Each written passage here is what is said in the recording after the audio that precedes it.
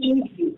Esse livro que foi para a campanha, porque desde 2006, o dia 10 de setembro, é o Dia Mundial da Prevenção do Suicídio. Então, naturalmente, ao longo desse mês, a gente tem esse cuidado e acaba trazendo sempre o entrevistado para entender um pouquinho mais sobre esse universo, entender o que leva uma pessoa, pode levar uma pessoa a cometer suicídio, principalmente o que a gente pode fazer para tentar auxiliar, para evitar que isso aconteça. Quem vai te impactar com a gente a partir de agora sobre esse assunto é o psicólogo Danilo Cruz. Boa tarde, Danilo. Seja bem-vindo mais uma vez aqui à nossa Rádio Campo. Boa tarde, querido. Boa tarde, Letícia. Boa tarde, Bruno. Boa tarde, equipe da Rádio Campo. Boa tarde, ouvintes. É um prazer imenso estar aqui novamente para falar desse assunto tão importante. Prazer é todo nosso, Danilo. Eu já começo para você com uma pergunta. Tem alguém específico que tem algum tipo de predisposição para cometer suicídio? Ou isso é algo que pode acontecer com qualquer um de nós? Existe realmente a possibilidade de que aconteça com qualquer um de nós, mas é importante a gente perceber que existem também fatores de risco, Letícia. Por exemplo, se uma pessoa tem uma tentativa prévia de suicídio, o fator de risco é muito mais alto de que ela venha a tentar cometer novamente. Se ela tem um transtorno mental, isso também aumenta o risco, né? Se ela tem algumas características de personalidade como desesperança, desespero, desamparo e um grau de impulsividade, isso também faz toda a diferença. Em determinadas faixas etárias, a gente vai perceber que também existe um risco aumentado. Do sexo masculino, olha só que interessante, hein, Letícia? No sexo masculino é mais provável que o suicídio aconteça. Então, algumas pessoas que descobrem, por exemplo, uma doença terminal, também tem um fator de risco aumentado para a questão do suicídio. Desempregados, história familiar de tentativa de suicídio, tudo isso é aspecto que deve ser levado em conta. E alguma forma de perceber que a pessoa está ali propensa, né, a uma questão suicida, um alerta que os familiares podem ter ali, né, de acordo com o comportamento, com as palavras? Existe, sim, existe. É importante a gente perceber algumas falas da pessoa. Ela começa a dizer, eu não queria nem existir, eu não queria ser esse peso para vocês. Isso alinhado a outras características de personalidade, como, por exemplo, uma ambivalência, né? O que é essa ambivalência? O desejo de viver e de morrer se confundem, porque a pessoa tem uma urgência em sair desse sofrimento, dessa dor, e aí por isso a porta da morte é uma porta supostamente rápida para isso acontecer, mas ao mesmo tempo existe um desejo de sobreviver a essa tormenta, e aí a gente já percebe essa característica como sendo algo que levanta aí uma exclamação em cima da nossa cabeça para que a gente fique mais atento com aquela pessoa. Se a pessoa já tem um traço de impulsividade, Bruno, isso também é algo que precisa ser levado em conta. E também a questão da rigidez. Quando alguém termina por chegar à decisão de concluir a vida, concluir realmente o seu sofrimento, muitas vezes, se ela tem uma visão rígida das coisas, isso implica dizer que ela tem uma propensão maior em ter esse ato, né? Esse ato tresloucado que é o suicídio. Então, com essa perspectiva aí, a gente já vê que, principalmente ouvindo essas falas a respeito do desejo de pôr um fim ao sofrimento, isso faz toda a diferença. Se a pessoa já começa a por exemplo, fazer um planejamento de deixar dinheiro para não sei quemzinho, de consertar o telhado, aí você já fica ainda mais atento, porque os comportamentos já estão indiciando que existe um planejamento sendo feito naquela mente. E se ela tiver acesso a materiais para usar com o suicídio, pior ainda. Então é preciso que a gente realmente fique muito atento. Danilo, quando a gente está em contato com uma pessoa que demonstra esses sintomas, que verbaliza essas coisas, que chega a fazer uma carta, às vezes se despedindo, alguma coisa nesse sentido, e muitas vezes até para pessoas que têm aí uma relação amorosa que finda e acaba tentando colocar por fim na vida por conta disso, ou porque alguma frustração no trabalho, ficou sem emprego e resolveu que vai tomar essa decisão. Como saber o que fazer nessas situações?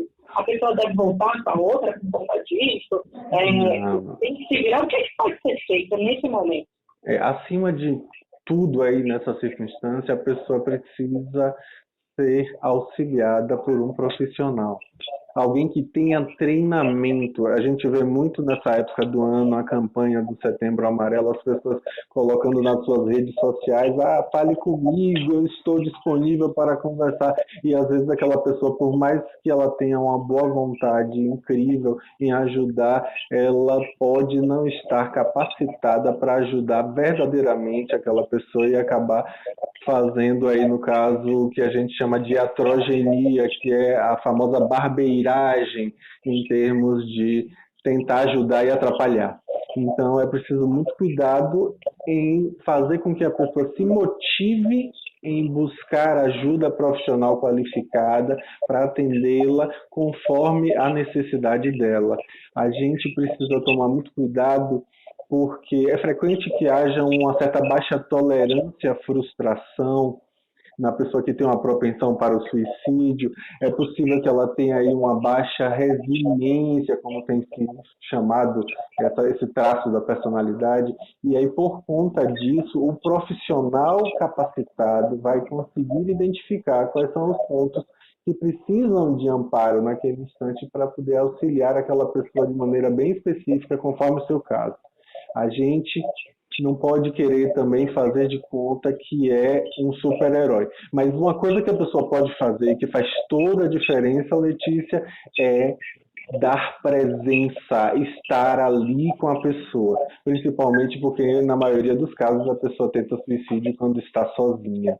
Então, se você puder ajudar e, ao mesmo tempo, estar presente ali para poder dar o suporte, dar uma escuta sem julgamento, vai ser melhor, vai auxiliar a pessoa e vai prevenir o ato do suicídio.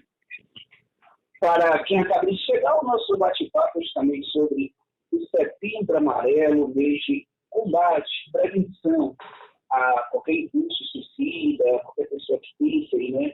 A tirar a própria vida, você ouvinte deve participar através do 9937831, 9937831, dessa nossa entrevista com o psicólogo Danilo. Então, o que se comenta muito é que a pessoa que comete, né, esse ato tão ligado contra a vida, ela com a vida em si, ela está querendo acabar com aquela, ela não se força mais. A pergunta é, quais formas de diminuir qualquer que seja a dor, independente do estudo, quais são os passos, né? Acima de tudo, é importante que a gente perceba que quase 100%, são mais de 98% das pessoas que tentam suicídio, elas têm um transtorno mental. Ou seja, são suicídios evitáveis. Se o tratamento vier, se houver. Só de dado interessante para que a gente reflita é que mais de 60% das pessoas que se suicidaram nunca frequentaram um profissional de saúde mental. Só esse dado já choca.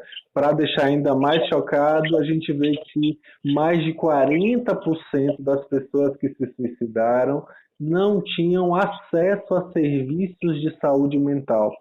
Ou seja, mesmo que elas quisessem, elas não teriam acesso.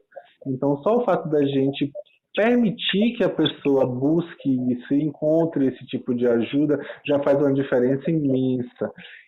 No caso específico, trazendo para a sua questão, seu questionamento, que eu acho que é interessante isso no manejo clínico dos pacientes com ideação suicida, o auxílio com relação a uma forma de ajudar a pessoa a encontrar um sentido para a vida, a encontrar um significado para as coisas que acontecem na vida dela, isso já vai fazer uma diferença enorme, entende? Então, com esse olhar de tentar encontrar um significado, mesmo que não encontre, mas o fato de estar em busca já ajuda drasticamente e diminui aí a chance de que a pessoa venha a tentar novamente se matar.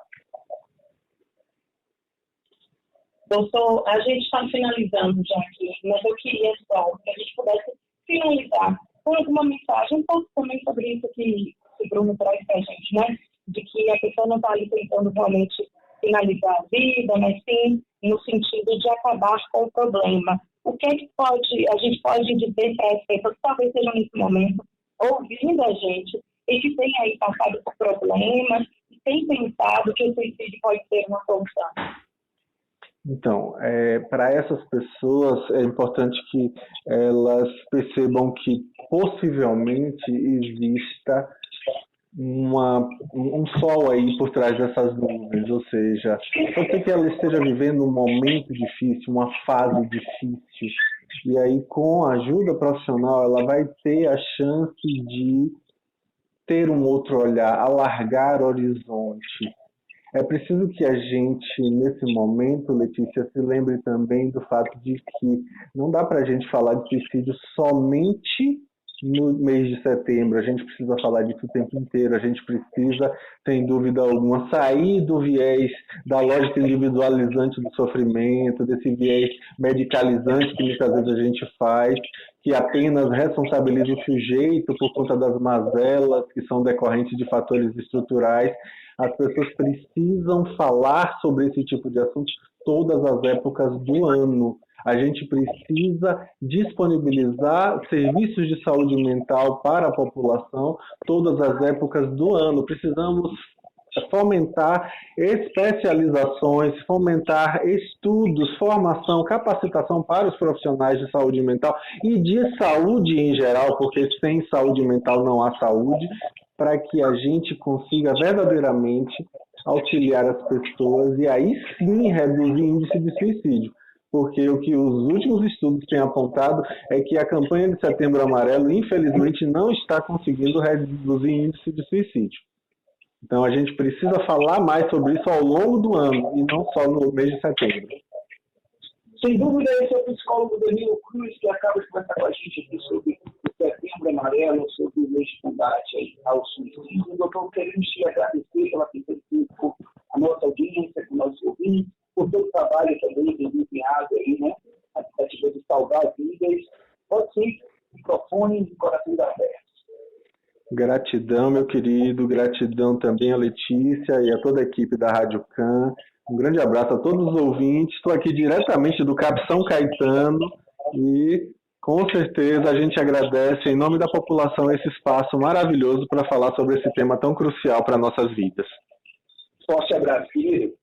A gente segue aqui o nosso programa.